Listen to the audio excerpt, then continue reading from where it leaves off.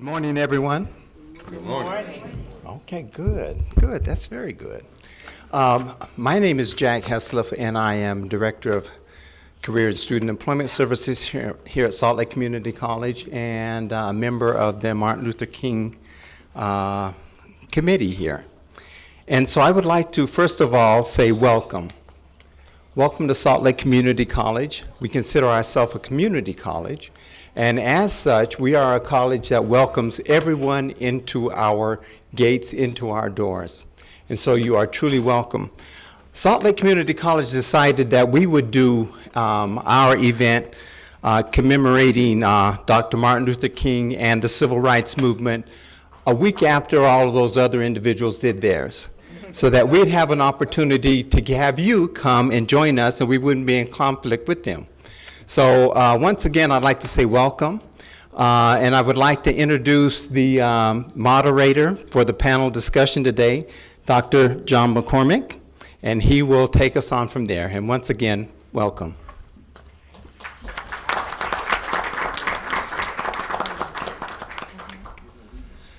Thank you. I'm delighted to be here and delighted to be and honored to be involved in this event. Specifically moderating the panel discussion, and we'll begin that in a moment. But before we do, I'd like to invite Marion Howe Taylor, who you've heard from earlier, and who, as Clifton said, has for many years been a moving force behind our celebration, to say a few words. So, Marion.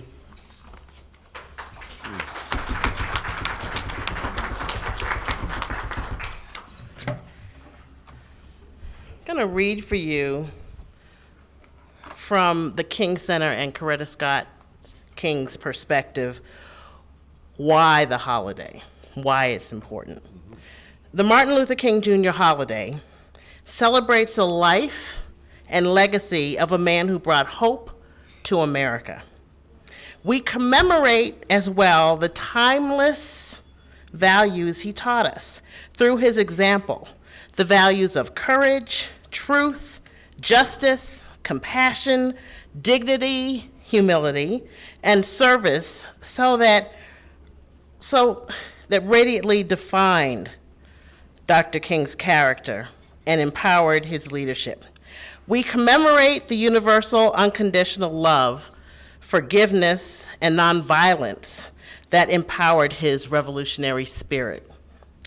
We commemorate Dr. King's great dream of a vibrant, multicultural nation, united in justice, peace, and reconciliation. A nation that has a place at the table for children of every race and room at the inn for every needy child. We are called not merely to honor, but to celebrate the values of equality, tolerance, and interracial sister and brotherhood he so compellingly expressed in his great dream for America. Dr. King once said that we all have to decide whether we will walk in the light of creative altruism or the darkness of destructive selfishness. Life's most persistent and nagging question, he said, is, what are you doing for others? And when Dr. King talked about the end of his mortal life in one of his last sermons on February 4, 1968, in the pulpit of Ebenezer Baptist Church, even then, he lifted up the value of service as the hallmark of a full life. I'd like somebody to mention on that day that Martin Luther King Jr. tried to give his life serving others. He said, I want you to say on that day that I did try in my life to love and serve humanity. And so we call you to make your personal commitment to serve humanity with the vibrant spirit of unconditional love that was his greatest strength and which empowered all of his great victories of his leadership. And with our hearts open to this spirit of unconditional love, we can indeed achieve the beloved community of Martin Luther King Jr.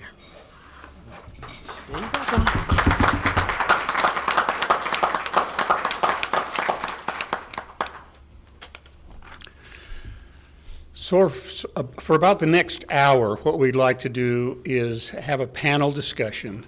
And here's the way I had in mind proceeding.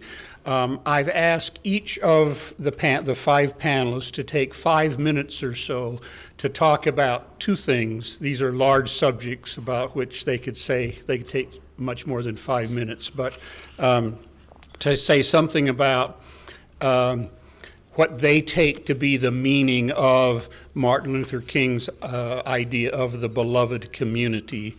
And second of all, and for some I know this will be particularly important, what are the obstacles in the way of achieving that dream?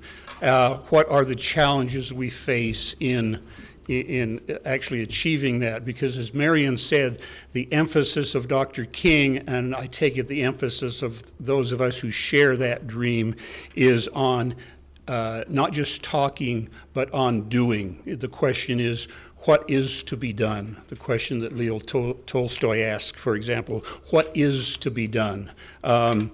From my point of view, it's important to think about what must be done. It's important to think about how to do that well, and it's important to get about the task of doing that. That is, undertaking that task with a sense of urgency. That's the perspective from which I'm coming from, and that in many ways I've asked the panelists to address their remarks. So with that, let's begin by asking each of you in turn to take about 5 minutes or so, again, focusing on the question of the meaning of Dr. King's concept of the beloved community and the obstacles that we face in realizing that dream. And after that, what I thought we would then do is open it up to the audience for questions and comments of the panelists. So, you'd rather start down at that end? Okay, Charlene? Well, I like the way they all look towards me.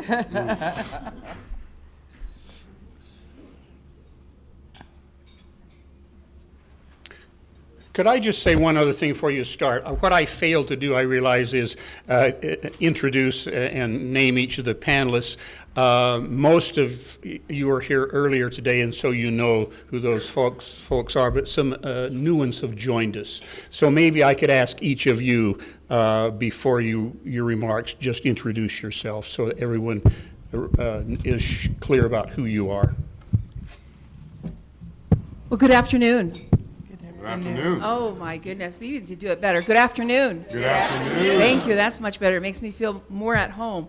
I appreciate that warm welcome, and I appreciate the opportunity to be here this afternoon to share just a few thoughts with you. But most importantly, I'm very grateful and honored for the award that was presented. As I was reading that, it says Charlene Louie, educator activist. You know what? You hear about everybody else being an activist, and maybe sometimes we don't call ourselves an activist, but I'm very honored to be thought of in that sense. My name is Charlene Louie. I am the Director of Educational Equity in Granite School District. And if some of you are familiar with Granite, we're no longer the largest as far as population. However, we are the 3rd largest in numbers, but we are the largest in diversity.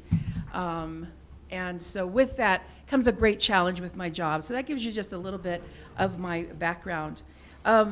To tell you the truth, there's so many things that I want to say, and so I hope I can rein in my thoughts and be organized to at least address the task at hand that has been given to us by our moderator. When I first read the email, which came just recently, it talked about the beloved community, and I'm going to be honest with you and say that I spoke with Paul Ross, who is right there eating. Many of you know Paul, and we work in the same office. And I said, Paul, let's talk about this, or tell me what you know and everything. But yesterday was such a busy day, but it was great to have reflection time last night to look up once again Dr. Martin Luther King's beloved community and to reread that. And this morning we had an opportunity for it to be read by Marion. And so just a thought there for those of you who weren't with us, let me just share that little thought with you to preface or to give background to some of the things that I will say. And somebody time me for 5 minutes because I can go longer. Dr. King's beloved community is a global vision in which all people can share in the wealth of the earth. In the beloved community, now listen to these three things: poverty, hungry, and homelessness will not be tolerated because international standards of human decency will not allow it. Racism and all forms of discrimination, bigotry, and prejudice will be replaced by an all-inclusive spirit of sisterhood and brotherhood.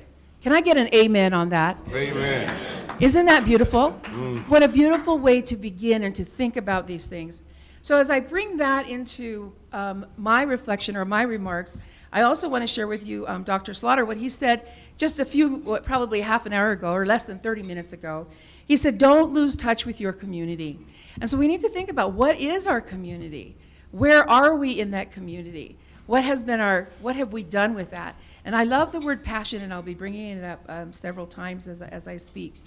So with that in mind then, I want to bring it then into my arena or my realm where I have the most influence.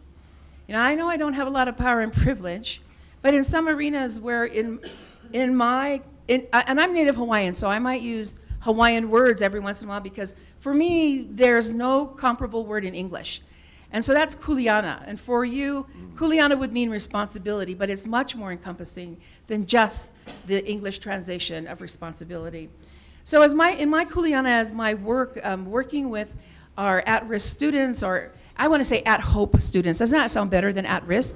But our at-hope students, our English language learners who struggle on a day-to-day, students who come to school who are worried that perhaps their parents may not be there when they get home at night. Or what about our students of color who are wondering, will I even graduate? Or will that teacher like me today? She didn't like me yesterday. So those are some common things that we see every day. But it gives me the impetus and the desire to always be there at work for the kids. And we keep that most in our minds and thoughts, that we're here for the children and for their families.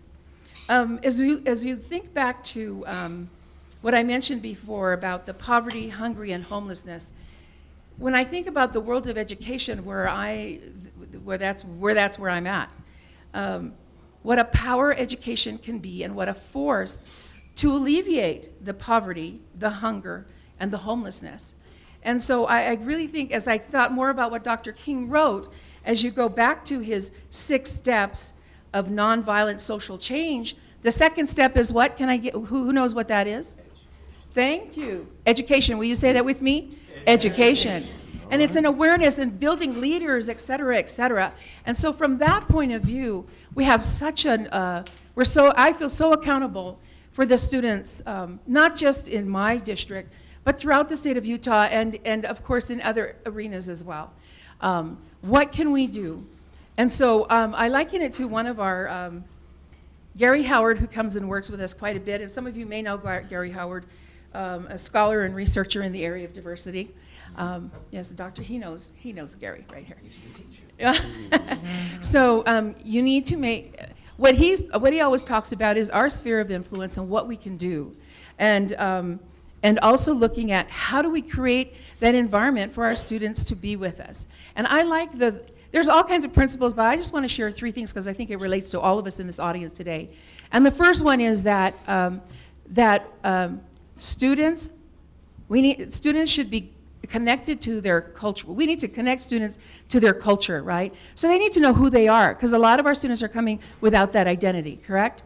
Teachers need to be inviting, or they need to know that teachers like them, right? And third, that school looks like me, that the school is personally inviting and welcoming. I think if we can do all those three things, we can capture the student and bring them into the classroom, and not just leave them at the doorstep or on the outside, but bring them in, and then we can teach them and work with them. Another one of our friends that we have worked with is Glenn Singleton. Courageous Conversations About Race, we've talked about that. He talks about 3 Ps, and I want to share the 3 Ps too, because once again, to me, this shows action, or so, as it says, what is to be done. I think for us, I use this with students as well, but the 3 Ps: practice, persistence, and passion. Say that with me: Practice, persistence, practice. Thank you. That's an ESL strategy if you haven't figured that out. The first one is practice. We need to continually practice our, what we do, right? Our work. Continually practice it, improve our skills. It's just like a student, if he's trying to be a better basketball player, right? He's going to go out there and practice and practice and practice. But we too, in our own areas, we need to practice what we're doing. And so that's where the advocacy part, I think, comes in, because we continue to work with others. We continue to see, what is it that we need to be working on? And how can we collectively bring that information together, work together to create that action plan? The second is persistence. I have been in my position now as the director for about 7 years, and previous to that I was assistant director for about 4 years, and then previous to that in the schools. Now when I first came to Utah, I'm from Hawaii, born and raised in Kailua, Oahu, and came up here to go to college. There was only one college my parents would let me go to away from the island. And for those of you who saw my bio, you can see it was Brigham Young University. That was the only place they would allow me to come. But then I met my husband, and we got married within a year after that. But I remember from the very beginning how my husband and I went to, on the phone. Of course, a lot of people say, well, you don't speak like everybody from Hawaii. But anyway, you don't have that pidgin, in other words, right? So on the phone, it was, oh, yes, dear, come on over. We have this apartment for you. So my husband and I both went, and my husband is from Tonga, so he's darker complected than I am. But then when we got to the door, it's amazing how within 5 minutes, the apartment was no longer available. So from a very young age, just coming here, being transplanted, no relatives, no network, no communication, it was really quite a lonely journey, to be all of a sudden, being surrounded back home in that community and then being transplanted or out of that community. So when I think about the journey that began in the 70s for me, it was really quite interesting. And then continuing on in this educational arena, our things are much better, but are they where they should be? No. And I'll be very honest with you. Every single day, sometimes we think we've made steps, strides, 3 strides ahead, and then something will happen and it's like, it just invalidates everything else that you've done. But that's where the persistence comes in. We continue to do it. Why? Because we know it's the moral and it's the ethical thing to do. And it is the right thing to do. So we continue to do that, or at least that's my motto. I continue to do that. And I hope that the people that work with me are here in the audience today, and they'll probably go, yeah, and if you don't do it, she'll make you do it with you. But hey, you know what? When you have that kind of an influence or a possibility, then we need to share that. We can't be afraid to step up and to share that with them. And the third is the passion. If we don't like what you're doing, then don't do it. I was just sharing with some of my colleagues up here on the at luncheon that I am an adjunct here at Salt Lake Community. And I work with the ARL program, the Alternative Route to Licensure. People who have already had a first degree or first career or second career, et cetera, and now they're looking at becoming teachers. And I teach the survey and teaching diverse populations. And as I share with them, talking about how do we work with our students who may not be engaged with school, or families who may not know how to navigate this. As I work with them, it's amazing that I want to say one thing. As I've worked with this now for 4 years, I am really pleased to see that so many of them, our new teachers now are coming, realizing of the diversity, acknowledging it, and many more are embracing it than previously, I think. But what I share with them is if you don't have a passion for teaching, and you don't have a passion for working with the students that you have, then don't be here. Don't be here. Go find something else that is your passion. And when I say passion, it comes in so many different formats as well. May I share with you one quick story? As an assistant principal at Copper Hills Elementary, and this is one of my stories that I'm going to put in a book one day. But I was sitting in my office as the assistant principal, close to the front door, and there was a blood-curdling scream. I knew it was one of our students, and I thought, oh my goodness, he's hurt. Something must have happened there. So I went very quickly, ran out to the front door, and there was Andy. And Andy had his hands against the door, and his caregiver, see, Andy was a student without a home. And there was a different caregiver every day that would bring him to school. And so Andy was standing there with he's about, 4th grade, so he's a medium-sized young man, and he's just screaming, I am not going to school. You can't make me go to school. And so calmly I just said, Andy, what's going on? Andy, tell me, what is it? What is the problem today? And he said, Mrs. Louie, I am not going to school today because the kids make fun of me because I have no socks. No socks. I said, Andy, you know what? I can help you. Now, this is where the levity comes in, okay? Go follow along with me. I went to my office, and I always had a pair of jogging shoes. Is this a jogging body? No. But I always had the pair of jogging shoes and a brand new pair of socks. I took that pair of socks to him. Of course, it's going to be bigger than he needed, right? But I said, Andy, would you like to wear these socks today? And he said, yes. He went, I said, well, why don't you go into the restroom? I'll wait for you right here. You come back out. I swear I don't know how long it took him to put on that pair of socks, but he walked out of the restroom. He looked at me. He didn't even say a word because, by now it was recess break. The kids were all walking by. Andy looked at me with this twinkle in his eye and a smile on his face, and those socks went clear up to his knees. But he was so proud and so happy that he had a brand new pair of socks. Now, my goodness, can't we all afford a pair of socks to give to these kids? Something as simple as that. But that's where my passion comes from, and I will continue to do that. And I hope I can share that with others as well. So let me just close my thoughts here with, there's so much more for us to do, but we need to do it collectively, collaboratively, and together. And we can certainly reach that reconciliation, the redemption and reconciliation that Dr. Martin Luther King talks about.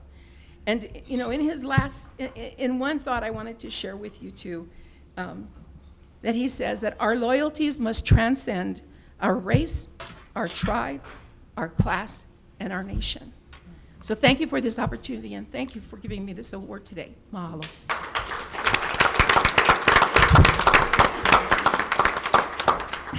Charlene, thank you very much. Josh Gold. Good morning, good afternoon. Thanks for being here very much. It is an absolute honor. It's quite humbling to have been given this humanitarian award. Hopefully I won't bore you all to death. Thank you, Charlene. That was passionate and inspiring. Brought out my handkerchief. So just to piggyback on what Charlene was just saying, my own passion is to teach the study of politics and to, as a political science professor here, I am an anti-racist, anti-sexist, anti-oppression educator. So my passion is to promote students who become change agents in whatever communities they come to live in. And that they become specific types of change agents as anti-oppression, anti-sexist, anti-racist change agents. Because there's a lot of change going on all the time. Most of it's pretty minute, right? And small changes lead to big ones, but the world seems never to go anywhere. Lots change, and we still seem to be in the same places all the time. So, to get into my formal words here, that first I want to thank Clifton Sanders, Marion Howe, Jack Heslef, and the entire MLK Jr. Celebration Committee for bringing us all here and giving us these awards. It's very humbling. And for putting this entire event together every year. Especially I want to thank Marion Howe Taylor for providing us all with the emails which gave us the details necessary so that we could sort of catch up and be prepared for participating here today. So again, thanks Marion, especially for providing those internet links like to the King Center down in Atlanta, which helped me get prepared for what we're all talking about here today. To start with, it's worth mentioning, I've only read a small number of King's speeches over the years. For example, Letter from Birmingham Jail, Where Do We Go From Here? And especially, which I reread at least once a year, King's speech given in 1967 at the Riverside Church in New York City, in which he condemned the U.S. war on Vietnam. That speech is entitled Beyond Vietnam, A Time to Break the Silence. I happened to grow up during the war, the U.S. war on Vietnam. And fortunately, I missed Nixon's final draft by a year. So that speech of King's, breaking the silence, and going beyond the Vietnam War, makes me cry whenever I read it. Anyway, I've also had the privilege, the honor, the pleasure, here at Salt Lake Community College, teaching political science courses, I get to teach King's Letter from Birmingham Jail repeatedly over the years in the political ideologies course I teach. I also get to teach Malcolm X's The Ballad or the Bullet in the same course, usually right after King's speech, almost every semester. And I try to help work students through both brilliant articles. Even though they are in conflict, they tend to talk about similar times and similar events in the hope that I can inform and help students work through the significant things that both speeches pertain to. But also to show that Martin Luther King was not alone in leading what is usually called the civil rights movement. King's work was built on the shoulders of giants before him.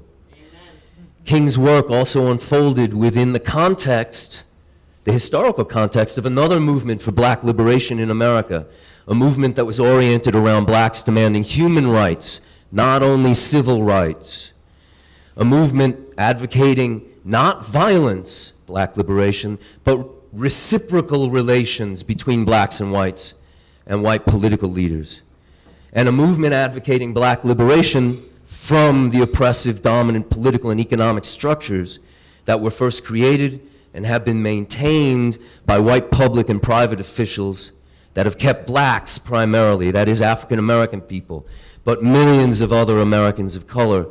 Those public and private structures have subordinated blacks and other Americans of color as second-class Americans for most of US history. But until being asked, somewhat like Charlene said, until I was asked to be a part of today's activities, I had been unfamiliar with what Martin Luther King called the beloved community. But from the reading I've done recently, it's obvious to me that the vision of the beloved community relies chiefly upon King's central ideas from all of his speeches and his sermons, and all of his life practices of promoting nonviolent social change, specifically for the purpose of bringing us all together as one people united in this community or society that we call the United States of America. So as I think about this goal of bringing about the beloved community, it also becomes obvious to me that doing so, trying to do this work, to bring about the beloved community, it requires that we all do a lot of hard work in and across the communities we now inhabit.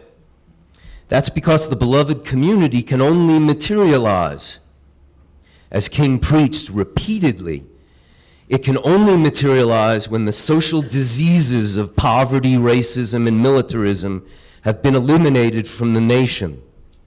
Another way of putting King's vision of the beloved community is one in which the nation is, as the Pledge of Allegiance was forced upon us in grade schools, K through 12 education, that the beloved community is one in which the nation has truly become indivisible.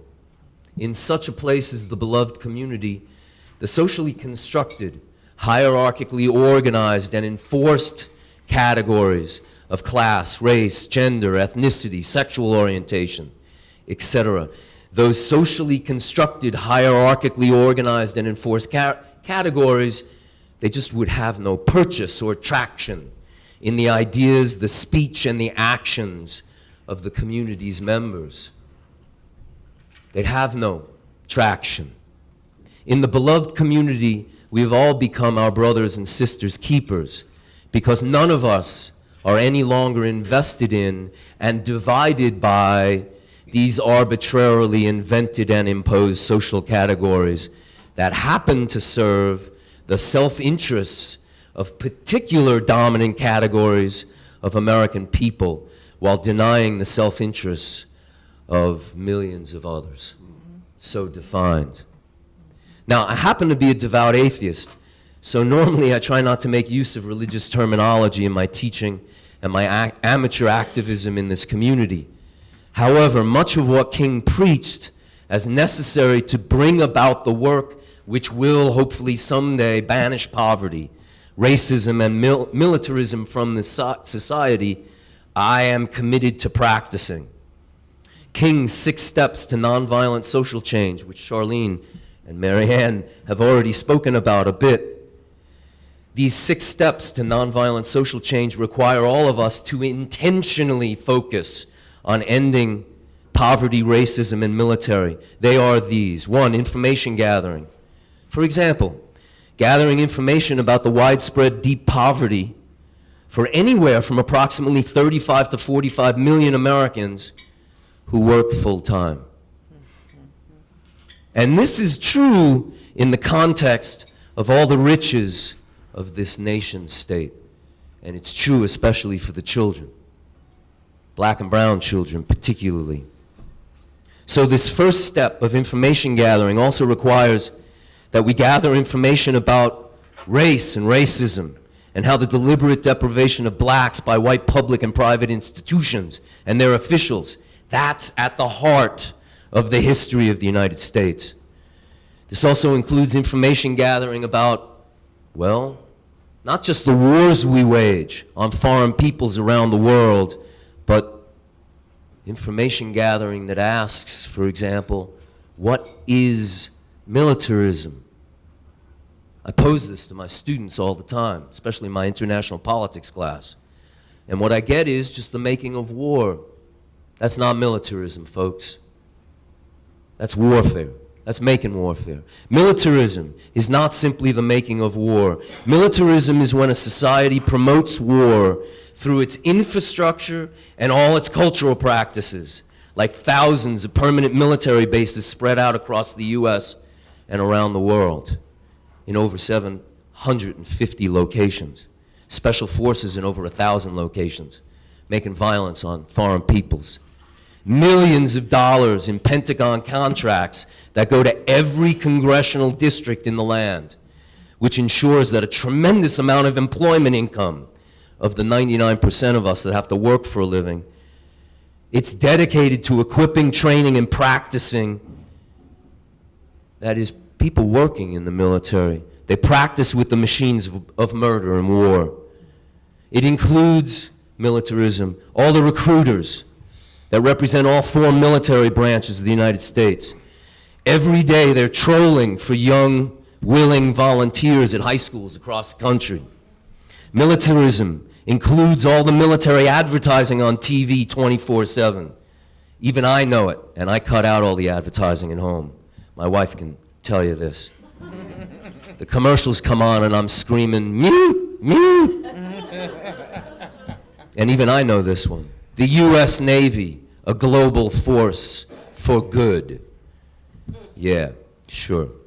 Militarism is the constant drumbeat of war by the mass commercial news media, for whom, for example, the illegal war of aggression against Iraq in March of 2003 was simply called the War on Terror by every television network. Never did find those weapons of mass destruction. Spent a lot of money looking for them. Militarism includes all the military toys and the video games that train our young people, especially to make violence and wage war on invented enemies. Militarism includes all the violent games and the war dolls, the sales pitches for war, and all the sports revered in the US. For example, I imagine most of you, I will be too, hypocrite that I am, watching the Super Bowl this coming Sunday. And the Super Bowl is going to be a perfect display of American militarism. We're going to be fed a steady diet of information that we get to digest, which will help us all to believe and accept that war making on other people around the world is actually a useful tool for addressing conflicts. So during the Super Bowl, pay attention. Watch all the fighter jets before the game starts, flying in formation above the stadium. That's militarism. Watch how much the military veterans will be paraded about as heroes that we're supposed to revere. Notice how much the military's own advertising for more, trolling for more military recruits will suffuse that advertising throughout the 4 hours of just the game, never mind all the pregame crap. So, I am just honored and humbled to be here as a part of this group, to be given this humanitarian award, so that I can, in my courses, I can address poverty in all of my classes. I can focus my students' attention on class and class conflict, because those are the primary tools by which all of us will use if we can ever eradicate poverty. I focus my students' attention in my Diversity in U.S. Politics course on exploding the myth of race as biology, because it's a total invention, but they still teach it in the schools. And then I force my students to examine the power of race as a national history of economic practices and political policies that have elevated one so-called race, the one I belong to, supposedly, while subordinating and oppressing virtually all other so-called races and ethnicities of people, although reserving its harshest treatment historically for African American people. So again, it's just humbling and an absolute privilege to be here. I've tried to address, as opposed to, not in opposition by any means, just slightly different means of discussing the beloved community, what we have to do to work our way there, and as just differently from Charlene just a moment ago, Dr. Slaughter did it earlier when he spoke to us during the breakfast. They were focused, what I would call primarily, on micro-political aspects of persons and their involvement in the community to promote nonviolent social change. And what I do in my classes, and hopefully in my overly long-winded remarks this morning, is to focus my students, and in my amateur activism, other people's attention on the structural forces, the macro-political forces that continue to get us to unintentionally use ideas, speech, and action that reproduce a very racist, militarist, and impoverished social world that we inhabit every day. So thanks again. Josh, thank you very much. I'm struck by how rich the comments are already, and we've only just begun. So Joy, please. Thank you. My name is Joy Toulouse. I'm the Director of Public Relations here at the college. I want to thank the committee and everybody here for taking the time. This is really kind of an indulgence. When I got the call from the committee about today and this award,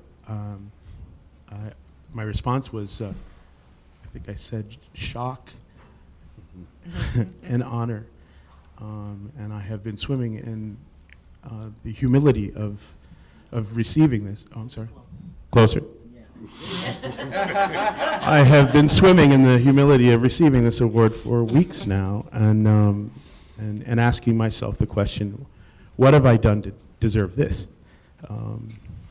But I think in the last few minutes, I have decided that what I was going to talk about in terms of the beloved community, I've decided that I'm going to not say what have I done to deserve this, but what am I going to do with this opportunity. I guess inspired by some words of Dr. Slaughter, my new friend, Dr. Slaughter. Inspired by Dr. Slaughter, AM radio, Richard Sherman,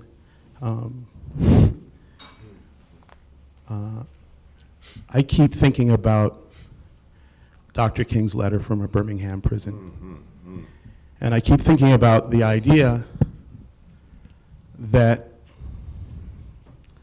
when he was imprisoned by the community that found what he was doing to be illegal, he took the opportunity not to praise the people that were being situationally martyred with him, not to indict the people that were diametrically opposed, but to admonish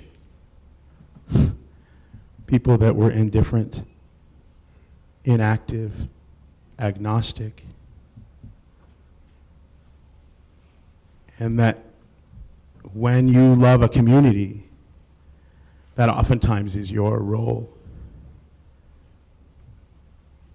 is not to stop and look at that community and say, hey, everybody that agrees with me, we're cool.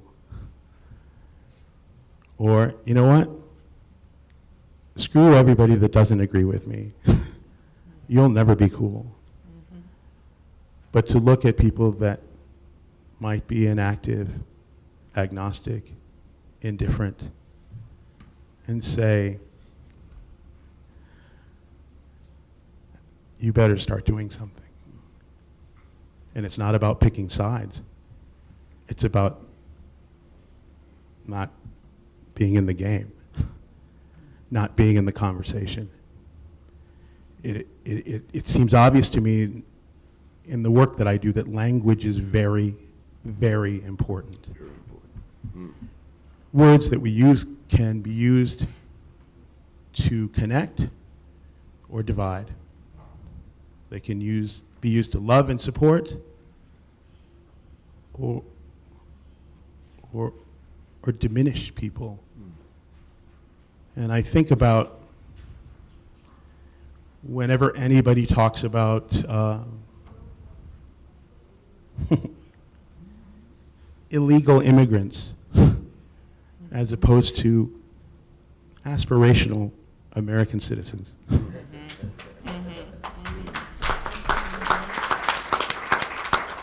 When people talk about gay marriage as opposed to marriage equality, when people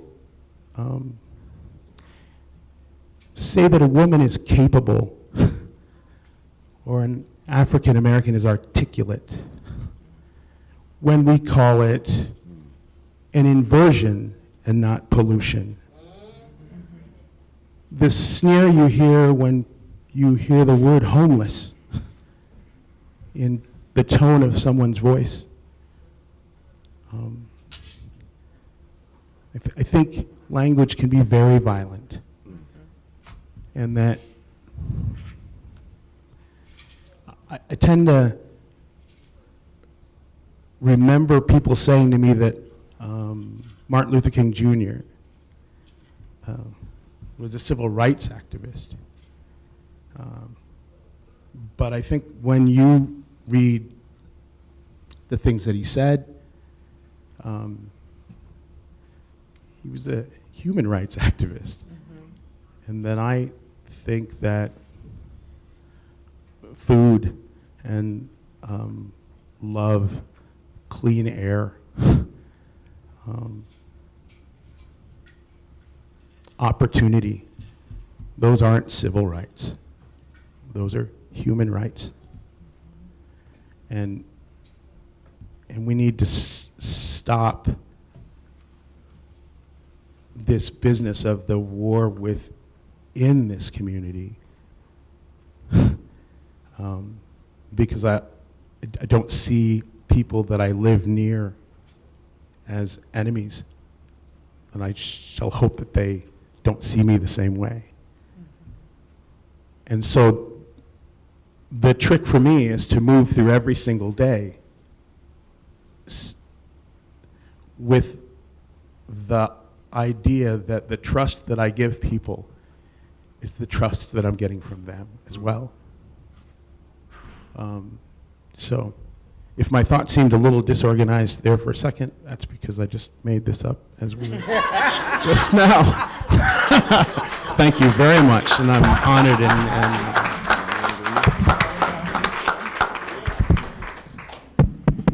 Good morning, good afternoon. You all, I have to say, what am I doing here? Hearing this esteemed panel and these remarks that people are making, let me just say to the committee, thank you for bringing me here, but the bottom of the barrel has indeed been scraped. All right. With me. So, hey, the good news is there's nowhere but up. I think, what is the question again? Two questions. What did Dr. King mean, or what do you take him to mean by the beloved community, and what are the obstacles to achieving it? Okay, very good. I already knew the questions, but I needed to hear you say it again, and I'll tell you why. Have you ever gone to a family reunion or class reunion or anything, and there's someone around there taking photographs? You've seen that, right? And oftentimes what they'll do is they'll hire a professional photographer to come to take photographs of the event. And then at some point that photographer is going to make those photographs available, right? And they're available for purchase generally. And when they make the photographs available for purchase, what is the first thing you're going to do? When you look at the photographs, what are you looking for? Hey, man, you're looking for yourself. And that would have to be a very strong photographer who could sell you pictures that you don't appear in. Is that right? Or if a photograph that does capture you is a very fuzzy picture and we don't even recognize it as you, it's going to be really difficult for you to purchase that. Is that correct? I'm only saying that because, you see, the only reason that you would buy the photograph is that you see you somewhere in it. These students who go to school here, the only reason that they'll buy this education that you're giving them is that they see themselves somewhere in it. The thing that bothers me sometimes about education is that we talk about other professions and we talk about them admiringly. We say, wow, look at what physicians do. Oh my goodness, look at how they huddle together and come up with solutions to people's medical situations. Oh, look at how the legal profession does. Look at how the attorneys, they come together and put a team together to try to work through somebody's legal matters. But then often in education, now maybe, not here at Salt Lake, I know you all don't do it here. The teachers don't get together in a huddle and talk about, look, we've got some students here that we've got to really work on. We don't take this as an isolationist kind of thing. We really huddle together. I know you do that here. But there's a lot of places where the professors don't even know who each other are or what they're teaching to these students or any way hold each other accountable for what's happening in those classrooms. It becomes a very individual kind of thing that happens. I know that happens a lot in education. You all don't know anything about that here, but I'm just telling you about it. And the reason I want to tell you about that is because, see, this is a community. See, the fact that this room was chosen for this event, and it's not standing room only, troubles me a bit. See, because I began to wonder if all the people who were supposed to be sitting in these empty seats here this morning didn't see themselves as a part of this. So I just wonder, it's something I wonder about. Now, and let's say we're going to leave it at the rhetorical point. Because if you had to start answering it, we might come up with all kinds of things that may not really be the truth. But the bottom line is I begin to wonder, as we talk about a community, how is it that everyone can really feel like they're a part of that community? How do they see themselves reflected in that so that they can say, that's something I'm supposed to attend, or that's something I really should be at, or somehow I'm included in that event?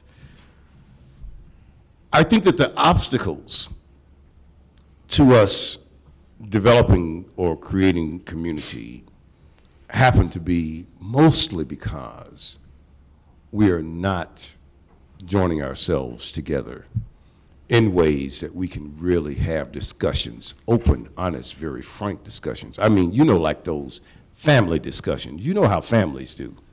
You know, families will talk about each other bad, even when they're sitting in the same room at the same table. Oh, they'll talk about each other, right? And a part of that is you know, no matter how badly I talk about you, we're still related, right? The same thing has to happen in this community. We cannot be so polite with each other that we don't give each other the real truth about what's going on. And if somebody is not doing something in the community, we're supposed to hold them accountable. So this is a community. We're supposed to have at least unity in the community. Is that correct? So somehow we've got to have those frank and honest discussions in order to get better. And I say this because I know you're preparing now for new leadership at this institution. And that's a very powerful place to be. Because now, is the first thing that the new leader is going to have to do is try to pull together a community, or will we be a community when the new leader comes? Are you pulling them together, Dr. Denise? Are you pulling them together? That's the big question. Because you see, the new leader, when they come, will they be here next January? The new leadership? Yes. We don't know. Oh, no, you all ought to know that too. But anyway, are they going to walk into the King celebration and it be half full? Just a question. Or any of the other events? I'm just asking. And I only ask, these are rhetorical questions, but I want you to be ready for your new leadership, and I want your new leadership to be able to take you to new places. So this community, as a beloved community, is going to be a community where people are having frank, open, and honest conversations with each other, and acknowledging and recognizing everyone in the community, and people are going to be able to see themselves in this community and as a part of this community so that they can be held accountable and do the work that this community needs. Thank you very much.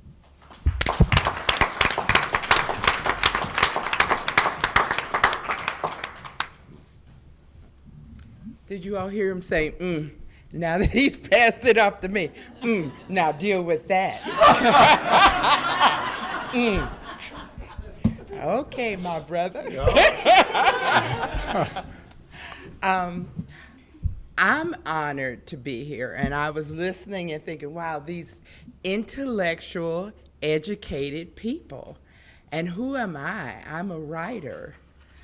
And as I thought, well, I write, I'm commenting all the time in my writing on culture. And actually, in stealth, I'm hoping to force people to have a conversation with themselves about social justice. Because to quote the prophet Michael Jackson, Come on now. I'm starting with the man in the mirror.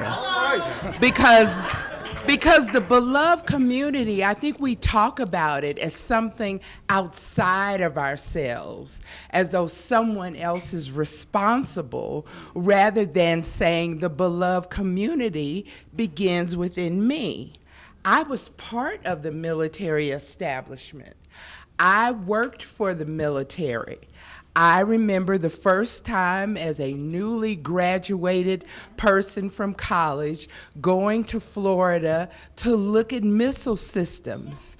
And if you look at them, at least for me, the United States have missiles that are more than 3 stories tall. And just to drop the missile without a head on it, you could kill more people than we'd like to think about. And what I asked myself as I had nightmares about those missiles were, did I want to be part of that? Did I want to use the gifts that God had given me to be part of that? And so I made a conscious decision not to be part of that.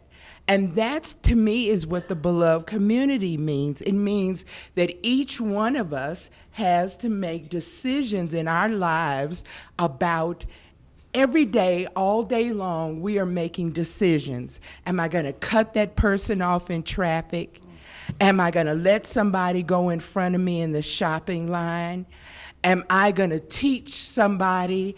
Is it going to be all about money? All of us are making decisions all day long that affect the beloved community. And so we can tap dance around it and do all kinds of things around it, but it really is about I esteem someone else more than myself. That if it means that I have to sacrifice something, then I'm willing to do it so that life will be better for someone else. That's what it means. And it means, I don't always have to be right. I can actually be right and let you be right. I will give up the right to be right. That's what it means. And so are we willing to do that? Because we were talking this morning, I was saying, I love love. I love all forms of love. I'm always writing about love. But love is a hard word. It's hard. And, and to just go, okay, I'm going to be part of the beloved community. I'm going to love my neighbor. Right. Sure you will. And I'm going to love people that hate me? Right. Sure you will. Are you really going to do it? That's what the beloved community meant. And what it means is that you have to be willing sometimes to give up your life. We look at Martin Luther King and go, wow, especially now, I'm 57 now. I know you thought she's like 17. But when I think about it, I think he was such a young man, and he had so many excuses not to lay his life on the line. He had little kids, he had a wife, he had a church, all those things. And how many excuses do we come up with why we're not going to do something? I just can't do it today. And that's what the beloved community means, is that we give up all the excuses. And let me just say to you, if you do it, you won't make friends. People won't love you. I'm a published author, and primarily the people that I write for are Christian, conservative, white people with the hairspray. Why y'all looking at me like that? You know what I'm talking about. You know what I'm talking about. And how they chose me as their child, I don't know. But they don't like the things that I'm talking about. And so it doesn't make me popular. But I'm making a choice. Am I going to be popular with them and say crazy things like, I can't even think of the crazy things. I can either be popular with them and say crazy things, or I can choose to be part of what I now know is the beloved community. And that's the work, that's what it really means. It means looking at the man in the mirror. And why don't we have it today? Because it's hard, and there's a payoff for not being a member of the beloved community. I get a payoff for being superior. I get a payoff for looking down my nose at other people. I get a payoff for saying, you're not dressed as good as I am. I get a payoff for saying, you're homeless, I'm not. All of those things we get a payoff for. We have to give up the payoff. If we give up the payoff, and just think, if we in this room start giving up the payoff, I can't make the whole world, but what if we in this room just gave up the payoff? Okay, I'm the writer.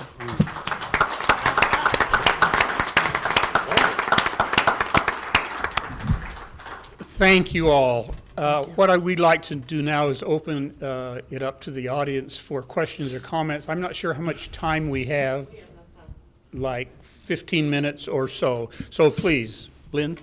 Okay, my question for the panel is, where are the children, young adults, and the adults when you talk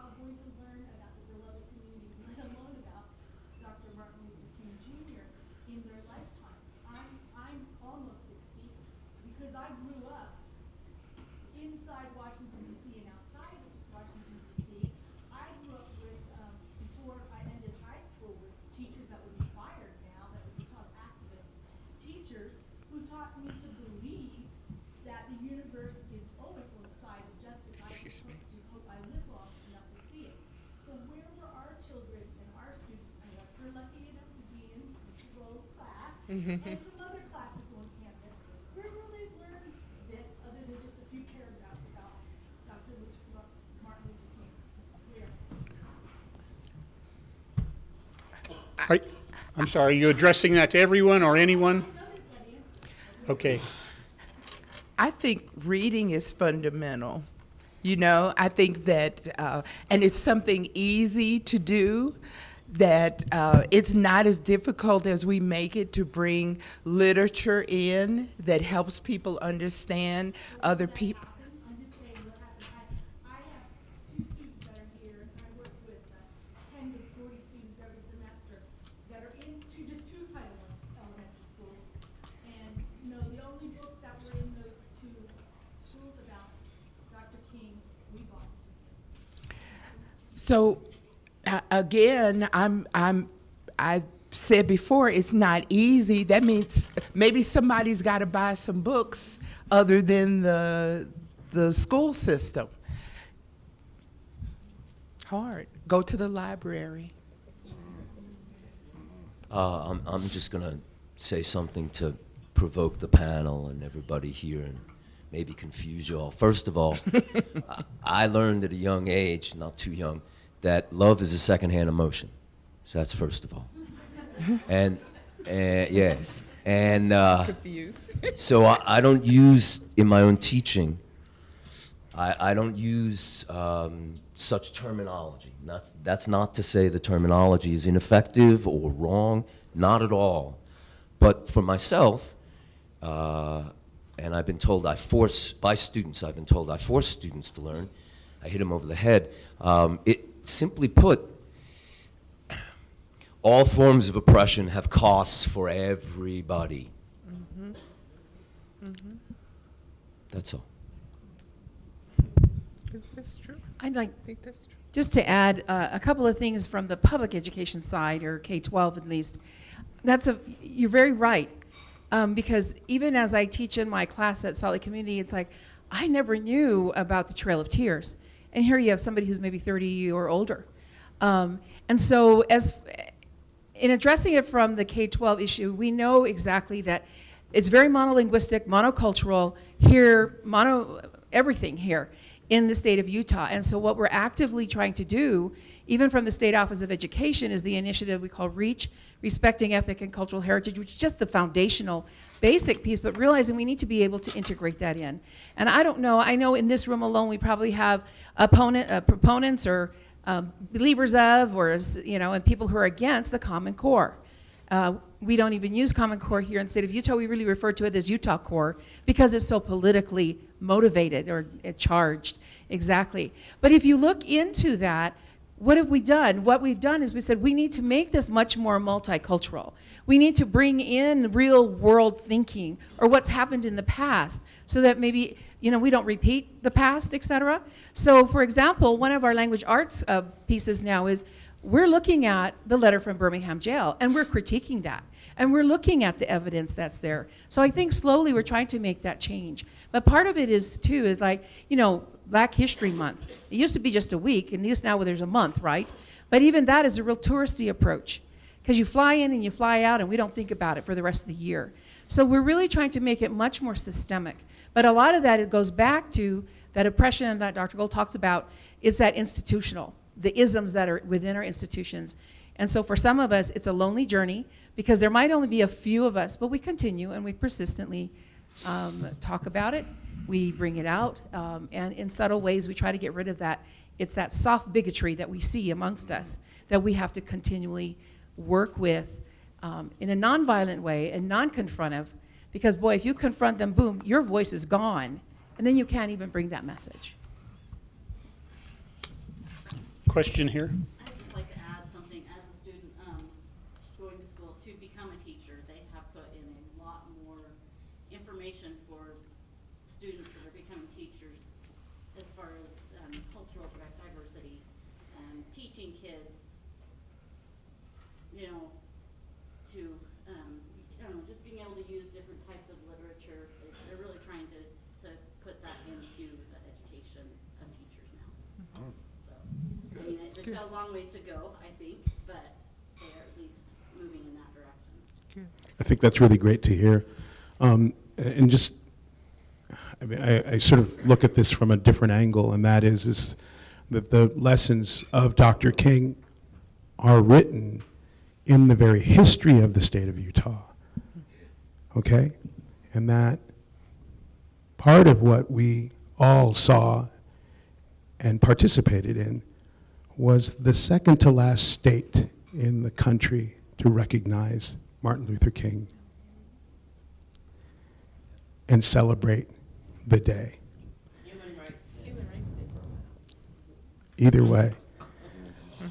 Part of what you're talking about when you say how are students going to learn, young people going to learn more about, is written in the attitudes and actions of people that we know and love. And we need to remember that, so that although there may not be a sense in curriculum and books and history class and that kind of a thing that celebrates Dr. Martin Luther King Jr., there's a story to be told, and it's local. Question back here.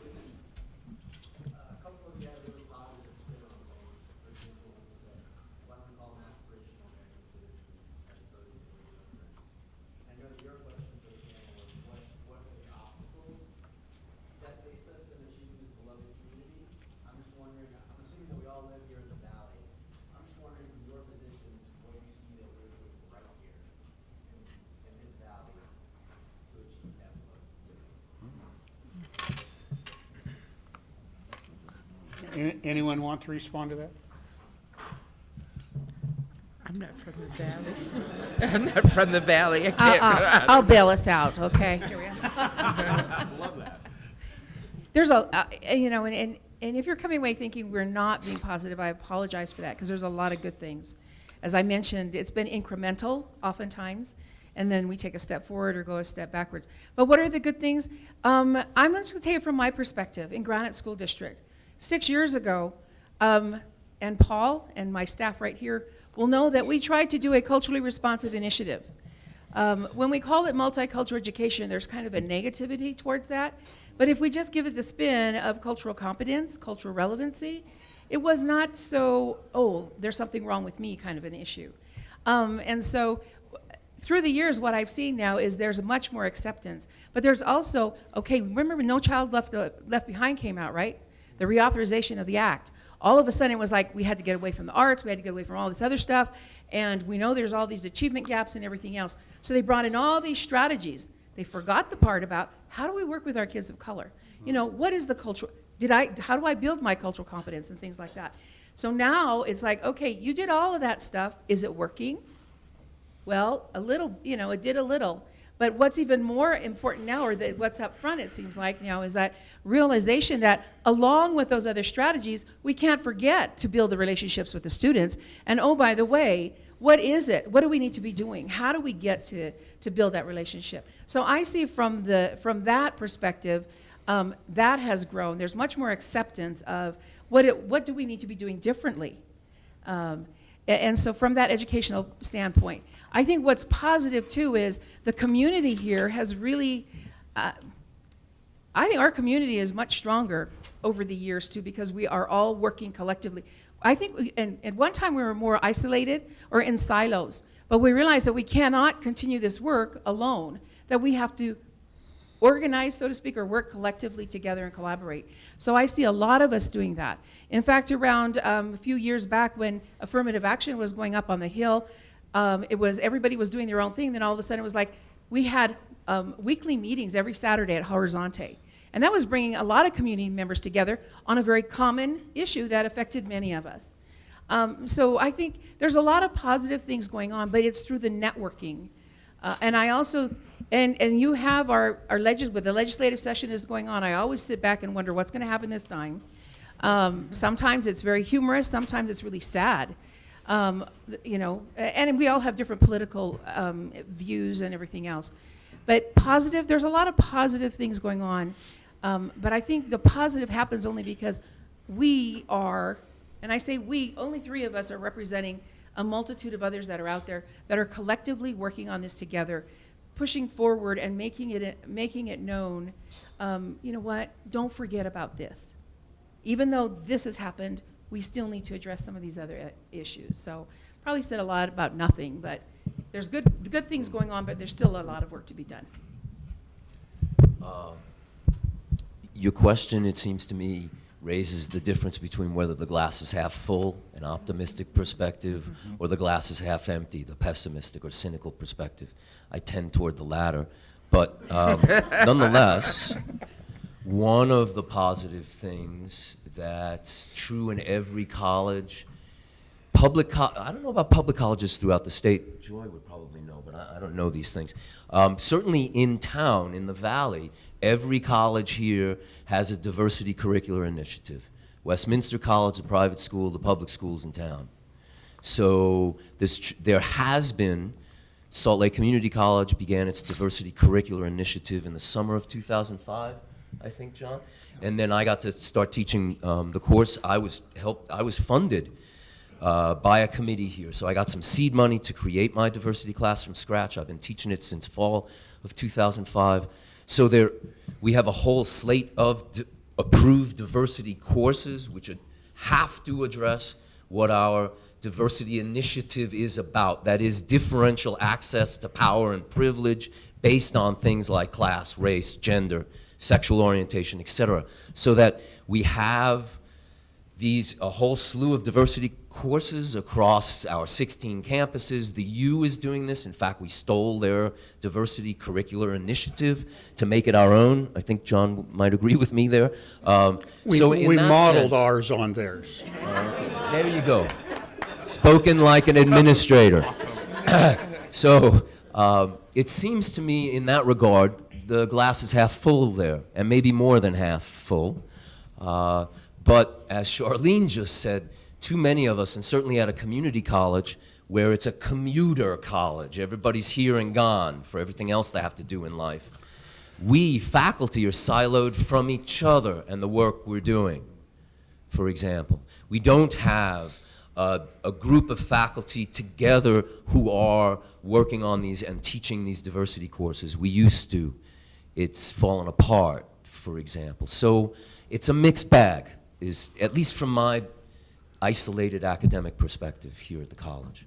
So Maybe I could just say something real quick, but just to piggyback on you, since you nodded toward me.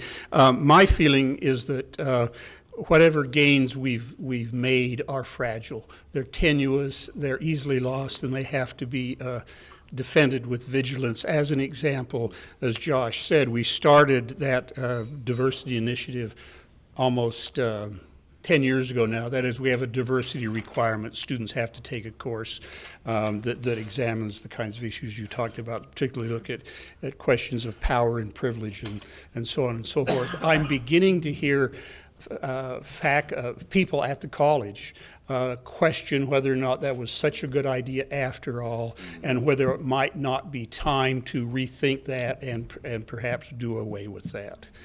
That's an example of what I mean by gains and progress being fragile and tenuous and always in danger of being lost.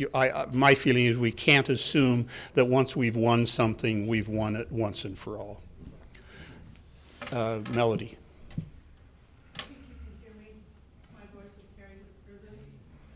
So, a lot of you know me, and I hope I might get feedback, but I'm going to make a comment. I'm born and raised in Utah. I left for a while. I came back. I've been teaching here for 29 years. I saw 12 Years a Slave 2 weeks ago, and I was again ashamed of the culture I was raised in, the church I was raised in, the people who I still love, who have made excuse after excuse after excuse. Let me add one more piece to that. We started our professional development day on the 10th of January. I went to the race card project and I was late. They asked me to fill out the race card, 6 words. And I started crying because all I could write was, my church refused to reason morally. So here's what I want to say. I'm not trying to say I'm right or wrong. I think I applaud every initiative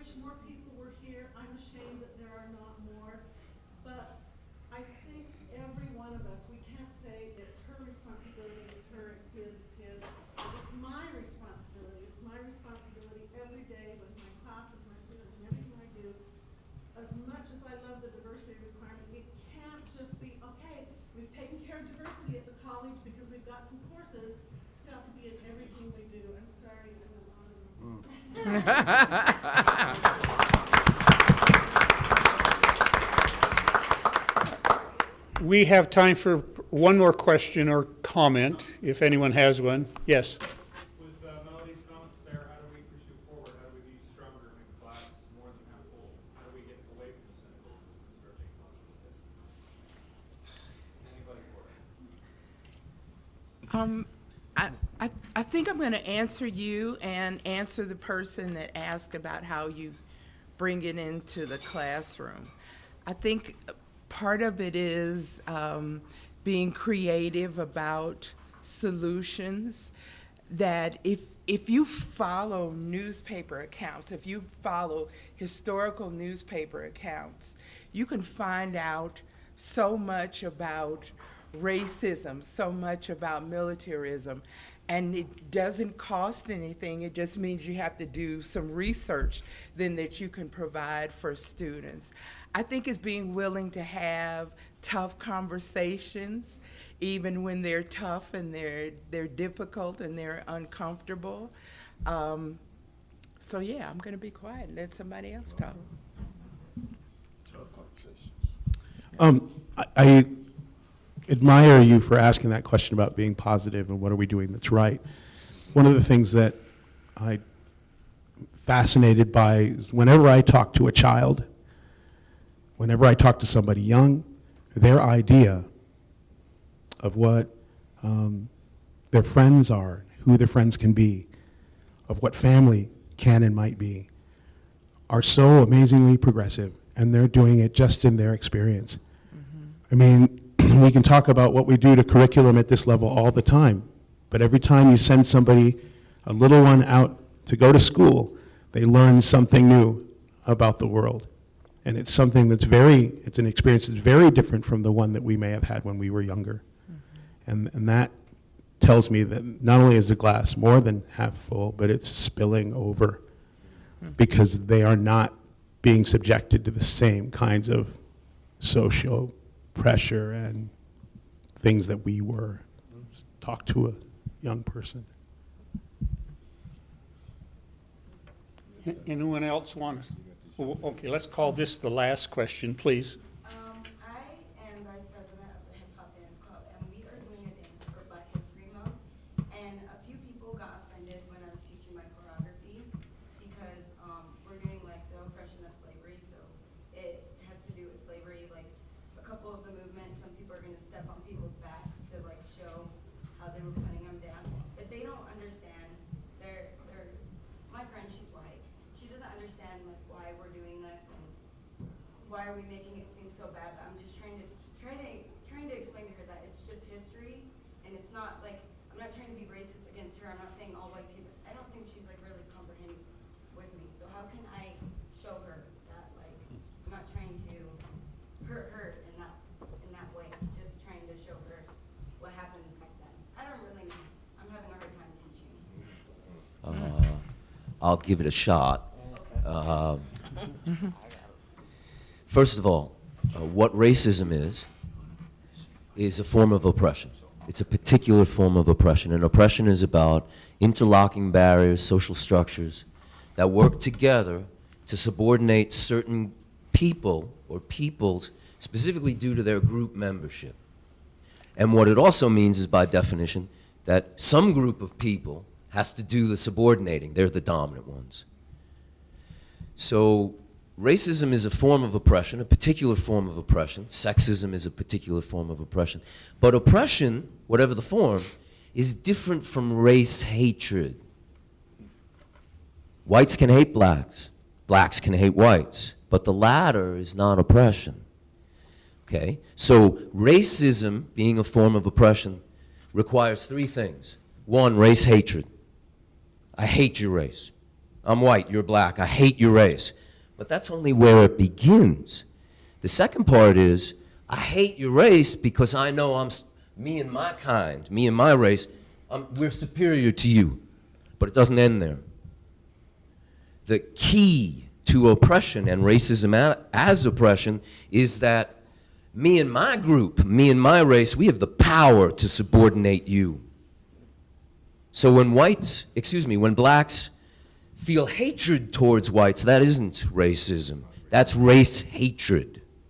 Does that make sense? And hatred is a pretty nasty emotion, to put it mildly. But the question then is, does this race that hates me and mine have the power to subordinate me and mine? If they don't, it isn't racism. And one final thing. The present is history. What we live now wasn't just invented yesterday with all of its social categories and constructs that allow some to dominate and others to be oppressed. That is, everything about the present has come down to us from what has happened in the past, what we call history. So everything we are and what we do comes out of that history. And it isn't just slavery. It's what was worse than slavery, which is what came afterwards. After black people became free people, then they had to pay to feed themselves. So something worth reading is a book called Worse Than Slavery, which is about Jim Crow, post-1865 America, for example. I don't know if any of that helps at all. We have teachers that good here. Isn't that amazing? No, please, yes. Okay. And let me tell you, I am impressed. This is a great answer. But you know, it almost felt like that answer when my child asked me, where did I come from? And then I went and told them all about the zygote and the, oh, yeah, right. They said, no, but where did I come from, man? Okay. So let me just say this little thing. I'm actually pleased that you all are trying to make this expression. I love art, so I think artistic expression is good. What it shows is that we've not become comfortable talking about race in this country. We're very uncomfortable talking about it. So what we have to do is we have to continue to talk about it. Because, you know, we have now become comfortable talking about global warming. We have become comfortable about talking about AIDS. We have become comfortable about talking about, lots of things. And why? Because we talk about them. Race will always be uncomfortable if we never talk about it. And so we must have those conversations. And while I completely do acknowledge and agree with the whole notion of the dominance and subordination, I'm also at this place of saying, let me give you one other little example to go with as you think about it. You see, as an African-American male, I have to keep myself in check, I would say 99% of the day. Now, 1% of the day I get ignorant, okay? But 99% of the day I'm really, just saying, okay, watch what you say, watch how you say it, and so forth. Now, it's a very interesting thing that African-American males are often seen as the sort of bane of everybody's existence, a bane of a lot of people's existence. Okay, not everybody, a lot of people. But when I was and this is an interesting story for me, when I was last month in Paris, and people were talking to me, and they found out I was from America, and they said, gosh, every time we hear about America, somebody's shooting at a school, or shooting at a mall, or shooting at a movie theater. What is going on with Americans? And then I began to think about the profile of a lot of those people who were doing the shooting. There really aren't a lot of African-American males doing that. Now, I'm not saying they do some of that. But going into theaters and taking down schools and so forth, not African-American males. But somehow African-American males still get this categorical menace to society. It's something that we've got to start talking about a bit more. We've got to get comfortable talking about that. I've got to get comfortable at more times of the day. because I have to spend a lot of my time, and this is, I know it's a personal story, but I'm just saying, it's something that's necessary. We need to have conversations, good, honest conversations. I know that the hook is being put on me. I've got to pull off the stage. I got a comment. Okay. You can't begin to have a good conversation until people educate themselves, read. Sharon said read. And there's some books out there that will help people who really don't understand the African American experience. Award-winning book. PBS turned it into a documentary. It's called Slavery by Another Name by Thomas Blackman. Get the book, read it. If you don't have time to read it, get the DVD. And force yourself to sit still and watch and listen. A lot of people think, what's wrong with the African American community? Y'all were liberated in 1863. Come on now. Without understanding that systematic re-enslavement, peonage, happened really up until World War II. You know, it's still in some places. So people who were bringing suits against states like Mississippi and North Carolina because they were being forced into slavery again were not making their way up in the court system. They were being blocked. And so a little interesting thing happened. Hitler sent a little message to President Roosevelt saying, don't you tell me what to do with these Jews, because I'm modeling what I'm doing to the Jews after what you're doing for hundreds of years to your black people. And he ran to his Attorney General Biddle and said, what is this? And so Biddle basically went to the South and started culling through things, and it's all in this book. It's beautiful. And he had to come back to President Roosevelt and say, you know, there's some truth to what Hitler's saying about us. And so they had to clean up some things before they could press into service hundreds of African Americans to go and fight a war for freedom that they weren't getting here. Educate yourselves. Find the books. Read the stories. There's a beautiful book that comes out of the Writers Project in the 30s that went throughout the South, writers who were out of work because of the Depression, to interview people who had been born slaves, now seniors, edited by Belinda Herments, called My Folks Don't Want Me to Talk About Slavery.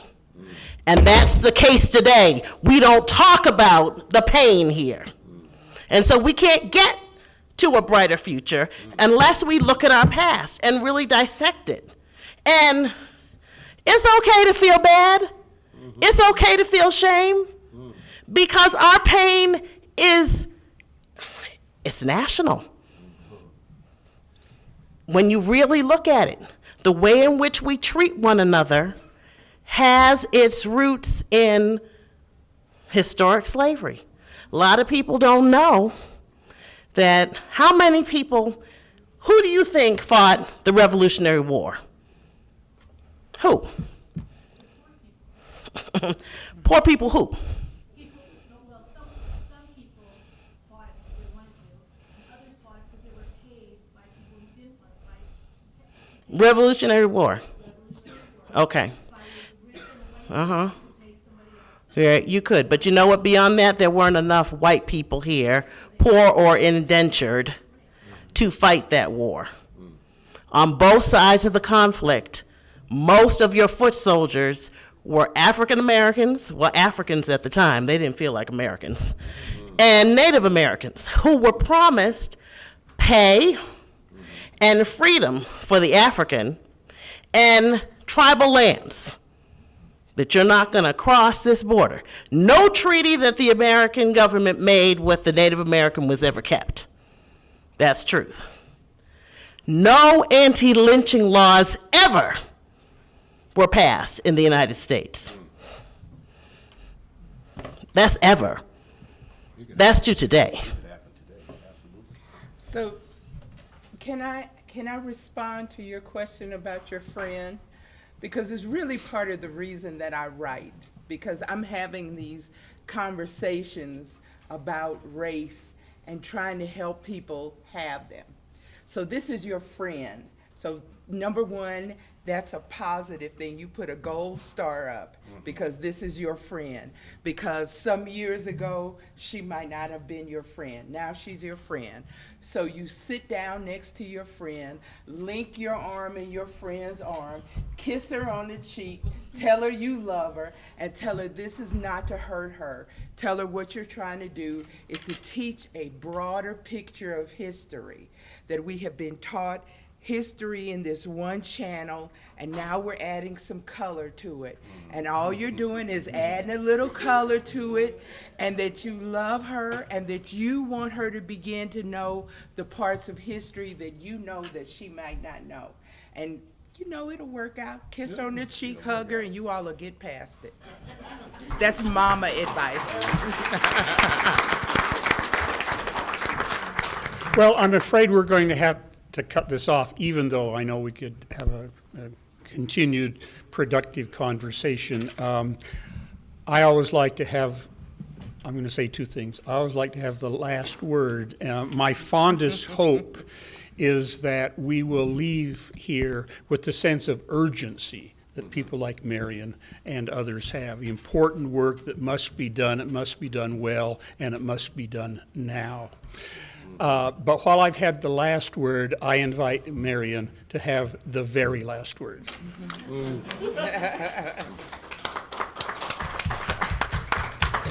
Thank you all for coming. Come back next year. Bring some friends with you.